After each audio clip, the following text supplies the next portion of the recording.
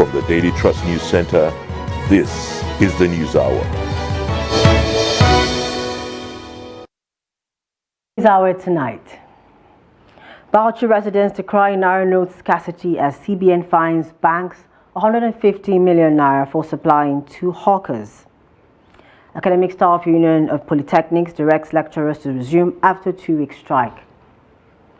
Bandits hold Niger couples despite receiving 10 million naira, demand extra 60 million naira and 10 motorcycles. On a foreign scene, at least 9 killed in drone attack on hospital in Sudan's Darfur. Hello and welcome to Trust News Hour. I am Chiamaka Mwafo. Cash withdrawal limits in many banks have been capped between 5,000 naira to 10,000 naira for over-the-counter and automated teller machine transactions, while bank customers across the country are finding it difficult to withdraw cash from the banks. Recently, bank officials attributed the development to the limited cash supply from the central bank. Trust TV's Adamu Imam examined how operators of the POS and residents are coping amidst end-of-the-year festivity. The Central Bank of Nigeria has warned commercial banks that it will intensify its oversight roles to ensure efficient cash disbursement to customers over the counter and through automated teller machine. The CBN has also urged members of the public who are unable to obtain cash over the counter or through ATMs and DMBs to report such instances using the designated reporting channels. The whole issue of naira note scarcity affects the masses the most because the economy of this country is not ready to address the perennial challenges faced by many. So the economy is now in shambles. The bank charges are not favorable to the customers. Only the government and the financial institutions are benefiting. Before, I had already decided to close the transaction with POS because it has no gain. Instead, we run at a loss. If you calculate carefully, you realize that something went wrong. Instead of enjoying your money, you end up paying more transaction charges to the operators. How can a common man run a business without enough cash physically? We always quarrel with customers during transactions. Charges have increased, and because of the number of banks we have to visit to gather some people. So, before, if you want to get 10,000, it used to be 100 naira, but now it's 150 naira. And also there is this levy, federal government have included in our transactions now. So any transaction above 10,000, there's an automatic deduction of 15 naira. I think up to now, we still need the cash to run the transactions because some of the petty transactions that we used to do, we just have to use the cash. And most of the petty traders, they don't have POS and what they need to be able to announce all their transactions in one place. I think making the cash to circulate, I think it will so help all those small-scale businesses. Because by the time we look at it, if they are mapping out the cash out the street, then definitely the citizens will still have a lot of challenges, especially that we are facing this festive period. However, members of the public have again appealed to the authority concerned for more printed notes to be made available to reduce the hardship on Nigerians facing the current economic challenges on daily basis. Adam Imam, Trust TV News. The Central Bank of Nigeria has announced a fine of 150 million naira on deposit money banks found guilty of giving out illegal flow of mint naira notes to currency hawkers across the country. The move was after the Apex Bank addressed recent misinformation about the validity of the old 1,000 naira, 500 naira and 200 naira banknotes still in circulation. A statement signed by CD Hali Hakama, Acting Director of Corporate Communications reaffirmed that these denominations remained valid legal tender in line with the Supreme Court ruling issued on November 29, 2023, and warned against hoarding. Following the clarification, CBN, a circular signed by the Acting Director of the Currency Operations Department, Mohammed Olayemi, on Friday, said it was concerned about the increasing prevalence of mint naira notes being traded by hawkers. CBN described the practice as impeding efficient and effective cash distribution to customers and the general public. The circular, which referred to an earlier directive dated November 13, 2024, highlighted the Apex Bank's determination to address the commodification of the naira.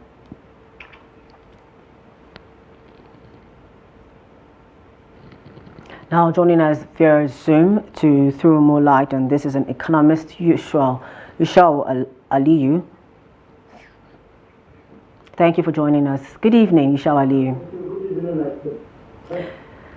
What is your assessment of the potential dangers of this cash crunch taking place currently?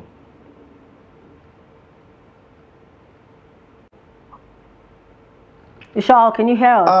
Obviously, macroeconomic aggregate. Yes, I can hear you. I can hear you. All right, go ahead, please. Thank you.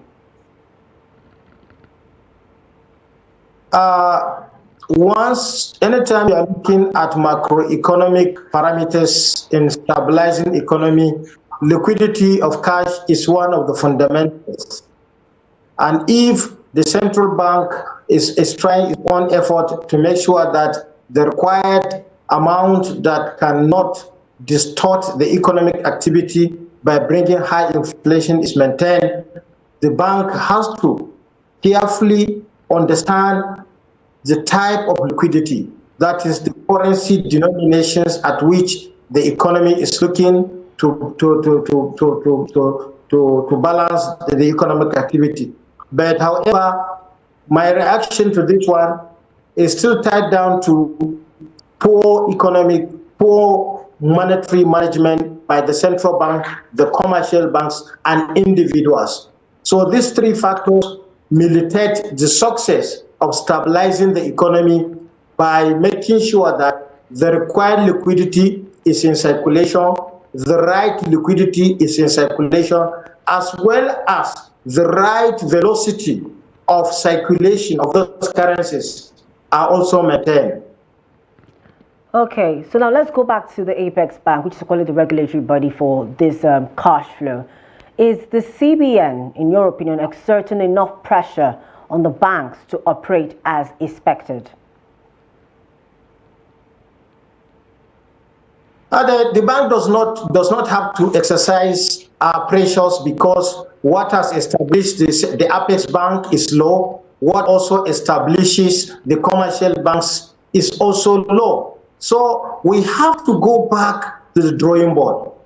There is the limit at which the central bank can monitor and then influence the decision of this commercial bank. But however, the banks also has a limit to cash withdrawals by individuals. The banks has pegged a minimum amount specified by law. So therefore, it's not only the effort of the bank, but also it has to be a considerate effort by monetary agencies, not specifically the bank, but economic and financial crimes institutions that has to find those who are going above their limit. Individuals in this economy has to be tracked. Unless we track those who are perpetrators, we cannot stop the bank from issuing, because the bank has the law specified certain amounts to be withdrawn by individuals. And if that is maintained, now how many customers can withdraw 5 million? So it is easy to trace those who are doing this evil to our economy. Okay, so just before we go, what is the cost of this perceived black market practices? Because now we are buying cash. This happened sometime last year, actually 2 years ago too. Around this time of the year, there was this using more money to buy cash. What is the cost of this perceived black market practices on an already ailing economy?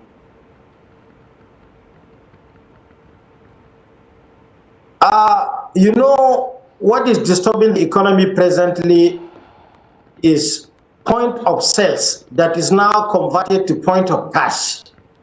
Yes. The limit at which the central bank can limit the liquidity within banking sector is greatly influenced by additional number of POS operators. And POS operators are operating without profit limits. And that is why today, if you cannot get cash in the bank, you move to POS. So all these trends.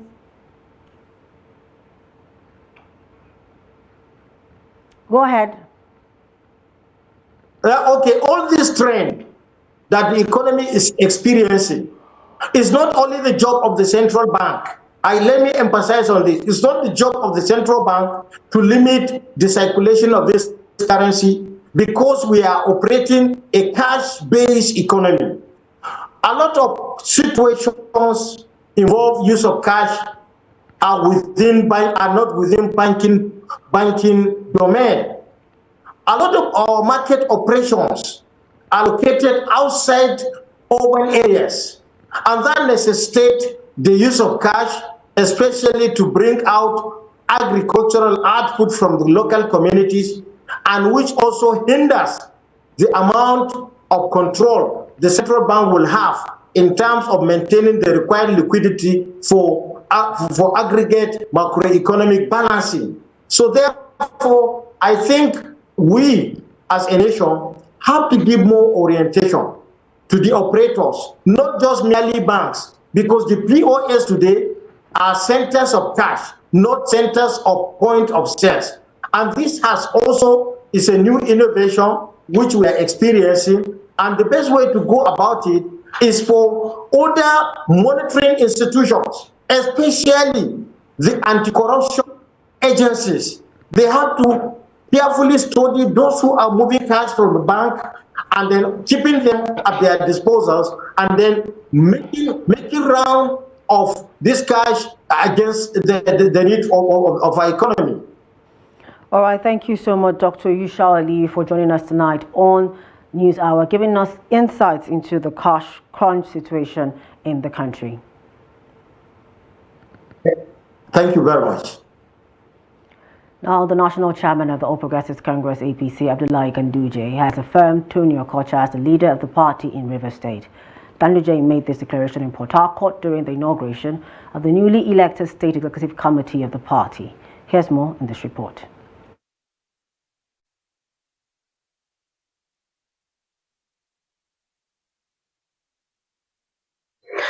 The national chairman of the All Progressive Congress, Abdullahi Ganduje, has said the party's target is to capture Rivers State in 2027.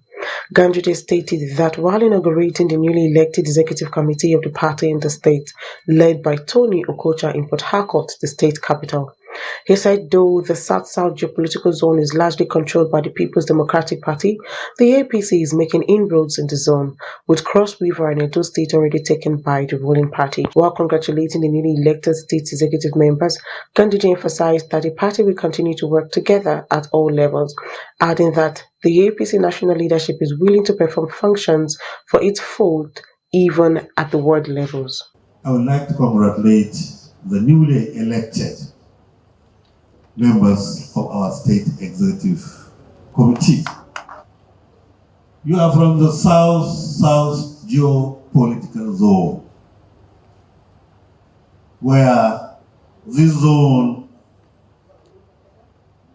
was dominated by PDP. Out of 6, we have recovered 2. So since we started the journey, River State is our target. River State, we are here for you. National Chairman All Progressive Congress, Ganduje, who led 16 members of the party's National Working Committee to Rivers State, urged the 36-member Okocha-led executive to ensure that there is space within the party ranks in the state. We decided to inaugurate these elected committee members here in Rivers State so that our party is rooted to the grassroots, so that there is no dichotomy between the national ESCO and the state ESCO. It is your responsibility to ensure that there is peace and stability. Speaking after his inauguration, the state APC chairman Tony Okocha said the party is united in the state and expresses confidence that they will take over the Rivers Government House come 2027. We are in league to assure you that 2027, the story will be different. Our business is not to clap hands for the government in power. Our business is to demarket them. And we'll send signal, we'll send this signal, will send this instruction to them in your presence that 2027 APC flag will be erected in government house, the seat of power. While assuring all that he will continue to preach peace in the party, he urged members pursuing litigation to turn over a new leaf and return to the fold. A few of our members, APC members, who are playing around the courts, we appeal to them that there is nothing else to challenge in court. I do not see the power of the court superior to party. We're always told that party is and no other person than the national chairman himself. And moving with 16 members of the National Working Committee to Rivers State to inaugurate us. It means, of course, that it is all over. Not be so. The APC National Legal Advisor, Abdul Karim Kana San, administered the oath of allegiance and oath of office on the new state executive. Academic Staff Union of Polytechnics has suspended its 2-week warning strike and directed its members nationwide to resume duties on Monday. The union had embarked on a 2-week strike on December 2nd over neglect of the Polytechnics education in Nigeria and other issues. However, in a statement dated December 12th and made available to newsmen on Friday, the ASUP National President, Sharma Banja, said the union suspended the strike following a meeting with officials of the Ministry of Labour and Employment. Banja said a memorandum of understanding was signed with the caveat that another meeting will be held on January 23, 2025 to end the industrial dispute finally. The ASUP president stated that the union's National Executive Council will meet to review the situation ahead of the meeting with the government in January. Nigerians from all walks of life continue to voice strong reactions to the proposed tax reforms bill, with many calling on the federal government to reconsider or cancel the bills. In Bauchi, residents expressed similar concerns, while the National Orientation Agency clarified that the aim of the bills is to address double taxation, which affects many citizens. Adamu Imam completes the report. The National Orientation Agency has launched a nationwide awareness campaign to engage Nigerians on 5 key issues, including the controversial tax reform bill, which has sparked widespread reactions across the country. The agency urged citizens to be patient as the government seeks to address concerns related to the bill. That is why some states are, agitating, saying that maybe this thing will negatively impact them, and people, especially we are battling with the impact of removal of fuel subsidy, and now maybe because of the distrust people have with the government. That's why they think that maybe they are bringing another policy that will even bring Nigerians into more harsher conditions. If the larger Nigerians think it's not good for the country, then the federal government doesn't have a choice than to just allow it to simmer down. Yes, this is my take on it. it has to go with the what the people want, what Nigerian wants. You don't just force something as huge as this. Considering the economic reality we are into now, and when we are facing serious economic turbulence, what is expected from the government is to be able to bring policies that will assuage the situation and not policies that will increase the burden. And what we know about tax is that you are increasing the burden, despite the fact that the government intention is to increase the revenue base. And we are going to translate this bill into so many Nigerian languages for people to understand. Just like I have attempted, translating it in Hausa, we will now translate it for people to see it vividly what it's talking about. So this will now help people now take position whether what other people are saying is the writing or what they are seeing and what they read is the writing. Experts have weighed in, suggesting that the government is at the center of the ongoing debates, with different opinions about whether the tax reforms bill will benefit certain regions more than others. They emphasize the need for more inclusive dialogue to ensure that such policies are fully understood by Nigerians before being presented for debate in the National Assembly. Adam Imam, Trust TV News, Bauchi. Still in the northeast, we go to Adamawa State, where the chairman of the Information Committee in the State House of Assembly, Musa Mahmood, has refuted claims that Lamido Adamawa has been removed as the permanent chairman of the Adamawa State Council of Chiefs. Speaking at a press conference in Yola, Mahmood described the reports as baseless and intended to tarnish the image of the legislative body. Controversy has surrounded the recent passage of a bill establishing 83 new districts and appointing new monarchs in the state. However, the Assembly spokesman clarified the bill's intent, stating that the rotation of chairmanship among the state's 3 senatorial zones does not affect Lamido's role as the Traditional Council's permanent chairman. 18.2 of the bill is clearly there, that the Lamido of Adamawa shall be the chairman of the State Council of Chiefs in Adamawa State. So there is nothing like the Lamido is being stripped of his own position as chairman of Council of Chiefs in the bill. So this is the principal bill. That's why I came with the principal bill to clarify the air. The heat that is going on around the media now is about the creation of zonal traditional council and composition. That's the establishment of zonal traditional council and composition. That's part 4 of the bill. That one is talking about creating zonal traditional council in the state, which is the new thing that is being added in the bill. If you go to section 29(1), that is talking about there are hereby established for the state 3 zonal traditional councils as follows: Central Zone Traditional Council, Northern Zone Traditional Council, and then Southern Zone Traditional Council. Still in Adamawa, reactions have continued to trail the State Chieftaincy Bill 2024 passed into law by the State House of Assembly. The governorship candidate of the Social Democratic Party, SDP, in the 2023 elections, Umaru Ardo, has called on Governor Amadou Fintiri to make a holistic review before assenting the bill into law. Speaking in an interview in Abuja, Ardo raised concerns over the speedy passage of the bill by the Adamawa State House of Assembly, stressing that a critical bill of this nature must be allowed to pass through proper legislative procedures, including public hearing. There is no transparency. Transparency in the deliberation. Public hearing is the highest form of transparency, in a functional democracy. This element itself was, compromised.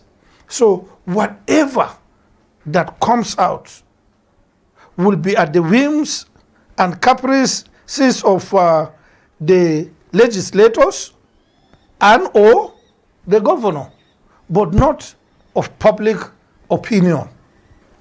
The Son Law established councils, zonal councils, traditional councils, and it said that the chairmanship of these traditional councils, zonal traditional councils, will be rotational. The law did not exclude Central Senatorial District. So does it mean that if the chiefs have been created and then the Council of Chiefs have been created, will the Central Senatorial District also, its chairmanship also be rotational, including the Lamido, seeing that he is the permanent chairman of the State Council of Chiefs? The law did not clarify that. The spate of sexual and gender-based violence in Osun State remains a serious source of concern among the residents. Stakeholders call for urgent action to end sexual and gender-based violence, just as the police vowed perpetrators of such would face the full wrath of the law. Hamidu Yewadi tells our story. Sexual and gender-based violence involves using violence, coercion, threats, or deception to force something on persons against their will. Incidences of gender and sexual-based violence is rampant in different parts of Nigeria, and Osun State has also recorded many cases of SGBV. We are saying we need to bring gender-based violence to an end. We are willing to be holding hands to make sure gender-based violence is completely eliminated. And we're coming to the community. That's where the solution is. With you raising awareness, with you taking action against gender-based violence, we will achieve zero gender-based violence in our communities. Residents and community leaders are calling on government and law enforcement agents to take steps to curb sexual and gender-based violence in the state. As a community leader, I've been organizing meetings with my people. We normally have our meeting last Sunday of every month. So where I always tell them to desist from this act. Then apart from that, I have some boys and women who are moving around the community to sensitize people. We in the Ministry of Health, we like this idea. We want to support everything against against gender-based violence. And we hope that in this our state, it must be stopped and it must be prevented. Today we are having like a symposium where we are using different means, cultural, it's just in form of entertainment. We are giving speech as well as using entertainment like cultural dances and all that to pass information about the effects and the dangers of this gender-based violence. Speaking on the sideline of a one-day symposium to commemorate the 16 days of activism against gender-based violence, the public relations officer for the police command, Yemisi Okpalola, says perpetrators of sexual and gender-based violence in the state would not go unpunished. Rape issues, defilement, and all sorts. We are using this medium to give stern warning onto everyone that is engaging themselves in this, that anybody that is caught doing this are going to face the wrath of the law. The residents and community leaders say they would cooperate with police and other law enforcement agents to prosecute perpetrators so as to curb SGBV in the state. Just along to News Hour and Trust TV. Up ahead. Bandits hold Niger couples despite receiving 10 million naira, demand extra 60 million naira and 10 motorcycles. More stories when we return. Please stay with us. Welcome back. Thanks for staying with us. Now a recap of our top stories.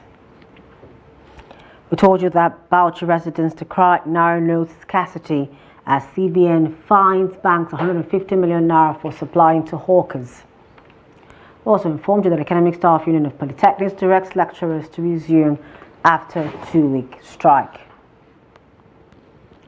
To other stories, it has been a traumatic experience for the family of Yakubu Dada, who has been in the captivity of bandits alongside his youngest wife, Lami, for the past 2 months. The family said after paying 10 million naira, which they raised from the sales of his house, cars, and other valuables, the abductors are again demanding for additional 60 million naira and 10 motorcycles. Uraka Kote completes the report. Yakubu Dada, a retiree, and his youngest wife, Lami, were kidnapped a few kilometers to Kontagoratan while reportedly traveling on official engagement of the World Health Organization. His only house, cars, and other valuables have all been sold to raise the 10 million naira earlier paid, but the abductors are demanding for additional 60 million naira and 10 motorcycles before they will be released. To worsen the trauma, the new owner of the house had given the family 3 months quick notice to vacate the building. He left Mina that fateful day with his youngest wife for Kontagora. He is a retired civil servant but works as ad hoc staff with World Health Organization. He is doing that to survive with his family. He was kidnapped on a Thursday, but the abductors did not call us until Monday. They demanded 100 million naira as ransom to secure their release. We begged them for weeks before they agreed for us to pay 10 million naira to sell all our belongings, including the only house we have, my car and his car, our beds, television, and other valuables, and contributions from his friends before we were able to raise the 10 million naira. After giving them the 10 million naira, his younger brother that took the money to the abductors could not be allowed to come back until after 1 week. They were taken to a forest in Kebbi State. The last time he was allowed to talk to us, he pleaded with us to go and raise the money even if we were going to beg. We should not allow them kill him. My siblings right now, they are no longer in school because we can't be able to pay their school fees because even they are starting exam about last week and they just recently sent them back because we can't be able to pay their school fees and other these things. Even now like this, to feed ourselves now, we are finding it difficult. While the family now survive on the support from the neighborhood, the children that are still schooling could not write the just concluded first-term examination. The family has been suffering seriously. Most of the times we visit them, we have to shed tears. What we see there is not really easy. The community has been doing its best to see that even we provide. Sometimes we have to gather money. More than 5-6 times, we need to come together and gather money and give the family for feeding. And even from the first ransom, the community has done their best to see that other 10 million was completed for his release, but it was not done. Because even before they raise the 10 million, they have to sell almost everything that he has. He's a retiree. If this person have this kind of money, do you expect him to go and start doing this ad hoc World Bank whatever? He will not do that. Even as somebody in active service in Niger State, where is he going to get 60 million? So please, we are calling on the well-to-do individual, the government of the day and others, really to try to see how they can assist to aid his release. Even the house they are in presently is already sold. They are just given 3 months notice to leave. The family and community are calling on the Niger State government, the police, and other security agencies, as well as individuals, to come to their aid to hasten the release of the victims. Abubakar Akote, Trust TV News, Mina. A week after suspected herdsmen attacked on the Lano community in the Yelma Tudeba local government area of Gombe State, residents are mourning the losses. The crisis started after a community attacked herdsmen in a reprisal move against the alleged phone snatching from a farmer. The clash led to the deaths of animals and a man. However, police said normalcy has been restored with an ongoing manhunt to arrest the masterminds. Hassan Kohli completes the report. The clash that occurred on 7th December has caused panic among residents, resulting in the death of Nuhuma Aji and leaving others with arrow injuries. As normality has been restored, families of the victim are recounting their ordeal, calling on authorities to come into their aid. Nuhu was in the crowd trying to put out the fire when he was shot with an arrow by the suspected herdsman. The arrow hit him in the belly, leading to his death.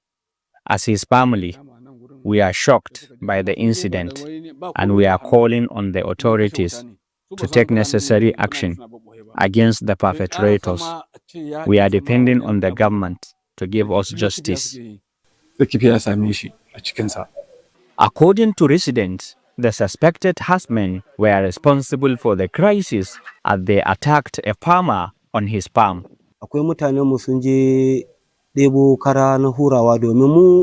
A resident went to gather ruminants from his farm, which we use as an energy to cook. Suspected herdsmen attacked him, snatched his phone, and after receiving the information, the youth in our community ran into the bush and the herdsmen fled. However, they chased our youths back, disguised and shot arrows at people while putting up the fire.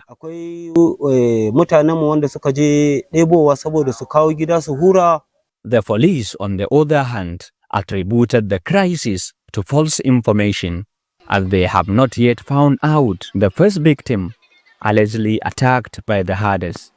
The police also debunked rumors of lack of security present during the clash, cautioning people against taking laws into their hands. There was resistance from the Lano youth because what the DPO did was very good. When he arrived at the scene, he was trying to identify the stakeholders there, which is the best. He identified the stakeholders, sit with them, discuss how to resolve the issue. But later, some youth from the Lano community insist that no, which they were shouting at the DPO with the men. Some are even have started stoning them. So which make them to now return back and add more manpower. So when they returned back and add more manpower, they went back. That is when they were able to contain the situation. So at that period of time, some youth still insisted and start following the herders into the bush. That is where the herders start also shooting bow and arrows. So that is when we have the 3 casualties. Gombe State has over the past 2 years recorded huge successes in preventing the herder-farmer clashes in the state. However, with the Lano crisis, a recent attack on the Billiri local government area, the State Security Council has admitted that the trends are on the increase in few local government areas this year. From Gombe, Hassan Koli reporting for Trust TV. No fewer than 22 rooms were destroyed in a fire outbreak which occurred on Saturday afternoon at Alhaji Haruna Kanike Shopping Complex, Itbata, Ilorin, in Ilorin East Local Government Area of Kwara State. The fire outbreak, which started at about 3 p.m., affected the shopping complex comprising 44 rooms and 25 shops. According to eyewitness accounts, household items including beds, beddings, furniture, electronics, and cooking utensils were destroyed in the inferno. The fire was reportedly caused by a power surge, which occurred after power restoration in the area after about 1 week of total darkness. The State Fire Service, which confirmed the incident in a statement signed by the head of media and publicity, Hassan Adikunle, said that about 22 rooms were completely destroyed in the fire incident. Adikunle said that both the State Fire Service and the Federal Fire Service combined to put off the fire to curtail its spread to adjoining buildings. Meanwhile, a truck carrying petroleum products reportedly caught fire while traveling on the Inisa-Okuku-Ofa highway on Saturday. It could not be immediately ascertained when the fire started, but footage obtained from the scene around 5:30 p.m. revealed a raging fire on the truck left in the middle of the highway. Also, some operatives of the Nigeria Security and Civil Defense Corps and men of the Osun State Fire Service were observed working to contain the fire. The presence of the burning truck on the ever-busy road had forced commuters to find alternative routes and bypass the point where the vehicle was located. The spokesperson of the Osun NSCDC, Kehinde Adeleke, and State Fire Service, Ibrahim Adikunle, confirmed the incident. The editor-in-chief of Premium Times, Musikilu Mojid, and the CEO of the Media Trust Group, Ahmed Shekarau, have been re-elected President and Secretary of the Nigerian chapter of the International Press Institute, IPI, respectively. Mujid Shekarau and 4 other officials who were elected unopposed and sworn in on Thursday will direct the affairs of the Nigerian affiliate of the global media body for the next 3 years. A statement issued by a member of the Global Executive Board of the IPI, Rahim Adedoyin, disclosed that other members were also elected into the Executive Committee of IPI Nigeria. Speaking during the inauguration of the new leaders, Mujid, who promised inclusive administration, solicited the support and commitment of members to enable his team achieve the organization's set objectives of enhancing the Nigerian media operating environment. The election of new leaders was preceded by the organization's annual general meeting, where the Mujid-led executives rendered account of their 3-year stewardship and updated members on the financial state of the body. The Speaker of the House of Representatives, Abbas Tajuddin, has emphasized the critical role of the media in safeguarding democracy, describing it as the fourth estate of the realm and a vital pillar of democratic governance. He made this statement during a workshop for the House of Representatives Press Corps on understanding the legislative agenda of the 10th House. Here's more in this report.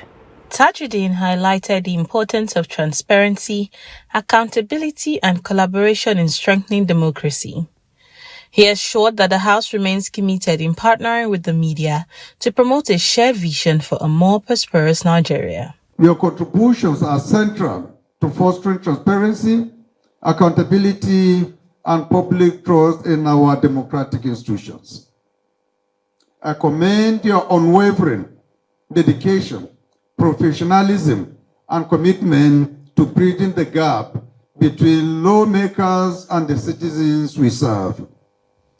Through our diligent reporting, millions of Nigerians gain insights into our legislative processes, decisions, and their impact on daily lives.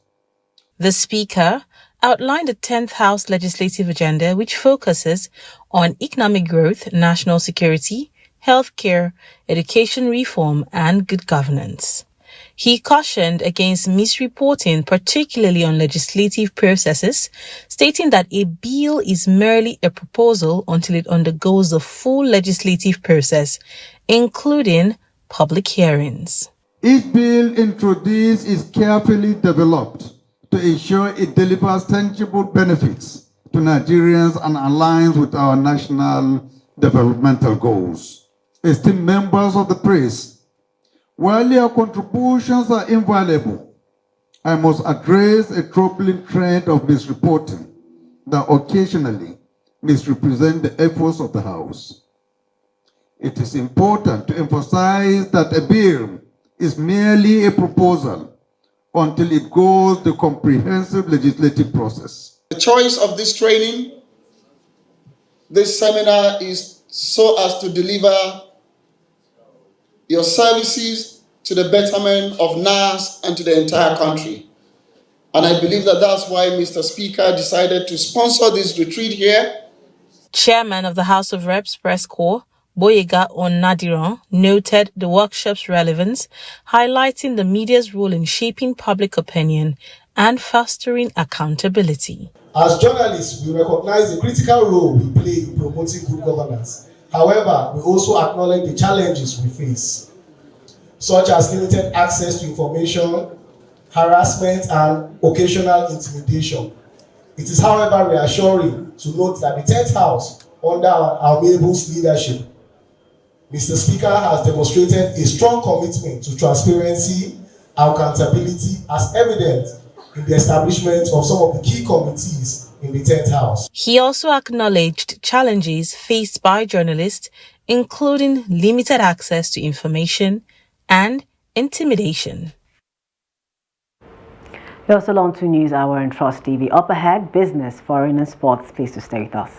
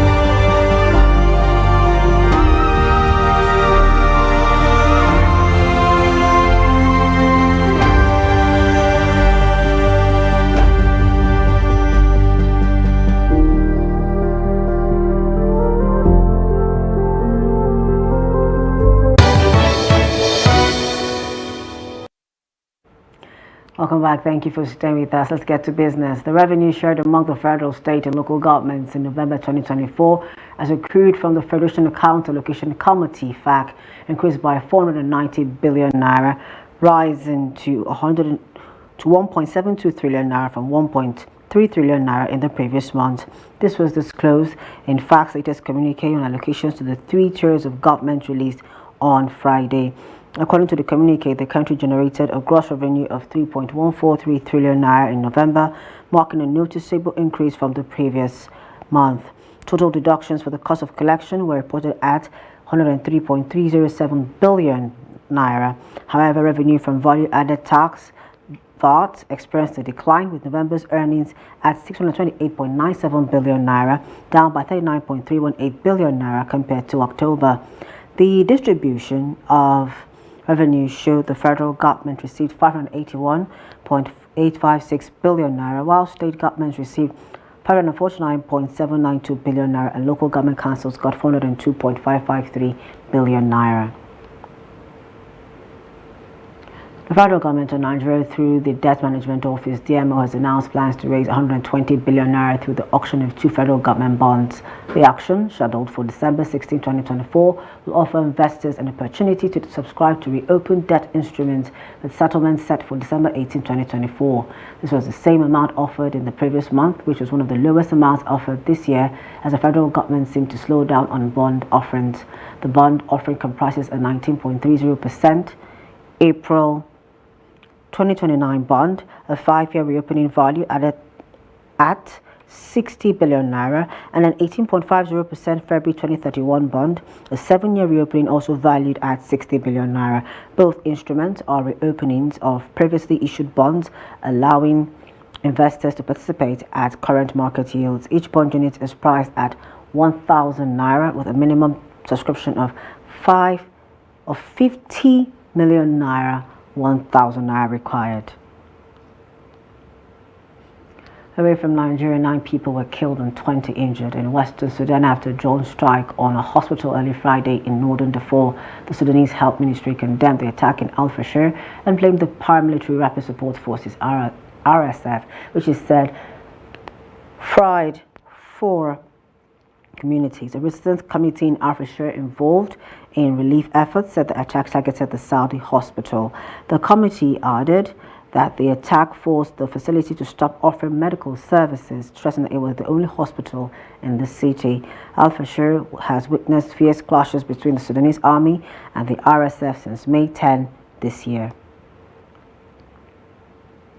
Opposition groups in Guinea say they are outraged at an announcement by the junta that the transition to democratic rule will extend beyond the end of the year. A spokesperson for the ruling authority said conditions for the transitional period to end have not yet been met. In negotiations with the regional bloc ECOWAS, the junta, which seized power in a coup in September of 2021, had promised a return to elections and civilian rule within 2 years. In July, it presented citizens with a draft of a new constitution, which imposes a strict 2-term limit for the presidency, each for 5 years. It would also potentially allow current military leader Mamadi Doumbouya to participate in the next presidential poll. Away from Africa, over in Asia, South Korean lawmakers on Saturday impeached President Yoon Suk-yeol over his failed martial law bid, with the opposition declaring a victory for the people. The vote took place as hundreds of thousands took to the streets of Seoul in rival rallies for and against Yoon, who launched a failed attempt to impose martial law on December 3rd. Out of 300 lawmakers, 204 voted to impeach the president on allegations of insurrection, while 85 voted against, 3 abstained, with 8 votes nullified. With impeachment, Yoon has been suspended from office while South Korea's constitutional court deliberates on the vote. Prime Minister Han Duck-soo is now the nation's interim leader. The court now has 180 days to rule on Yoon's future. And over in sports, a female police officer, Corporal Juliet Chukwu, has won the Bantamweight Championship in Johannesburg, South Africa. The feat was announced in a statement by the Nigerian Police Force on Saturday. According to the statement signed by the NPS Public Relations Officer ACP Olumuyiwa Adejobi, her win highlights the growing prowess of Nigerian athletes on the global stage and reinforces the force's commitment to excellence in all areas of sports. Following the record-breaking feat, the IGP reaffirmed its commitment to ensuring police excellence in sports, particularly in the rapidly evolving discipline of mixed martial arts. The third edition of the 1808 Charity Golf Tournament is taking place in Abuja to promote golf and also help kids back to school. Trust TV sports correspondent Adeni Ajishafe has more. Golf, The sport of the elite champion has grown bigger with the inclusion of younger generation cutting their teeth in golfing as amateur golfers. 2024 Junior Golf Championship teed off at the Serene TYB International Golf Resort, Yaradua Barracks, Abuja, under the stable of 88 Foundation.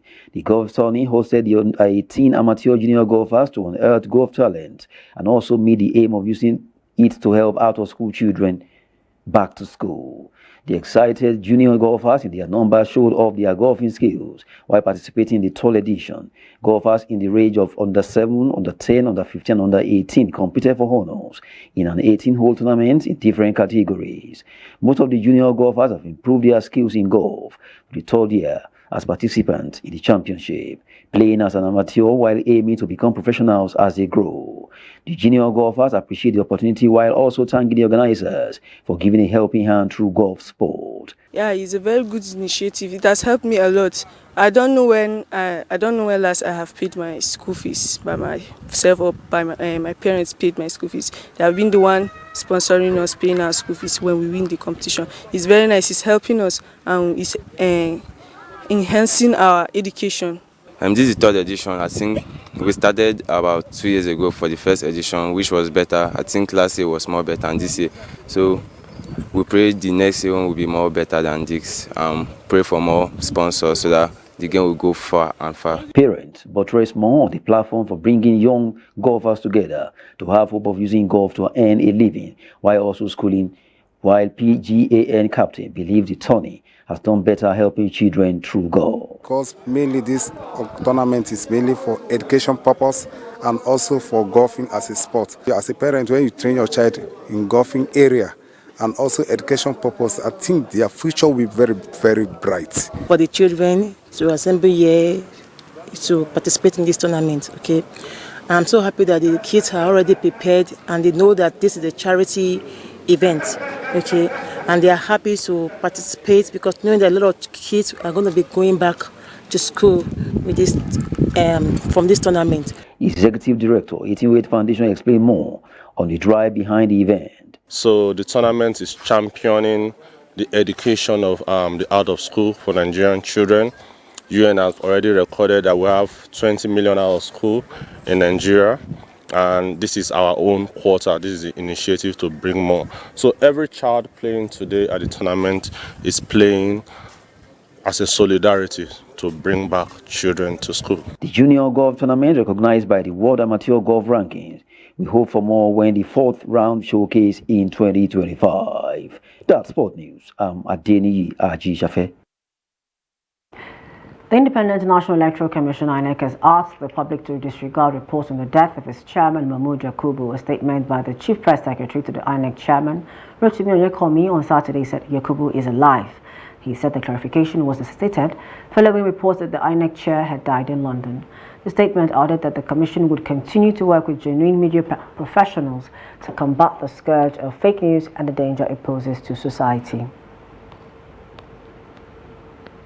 And on a side note, the immediate past Deputy Speaker of the Kogi State House of Assembly, Enema Paul, is dead. Before his death, Paul, a second-timer to the Assembly, was the member representing Ukura constituency in the current 8th Assembly in the state.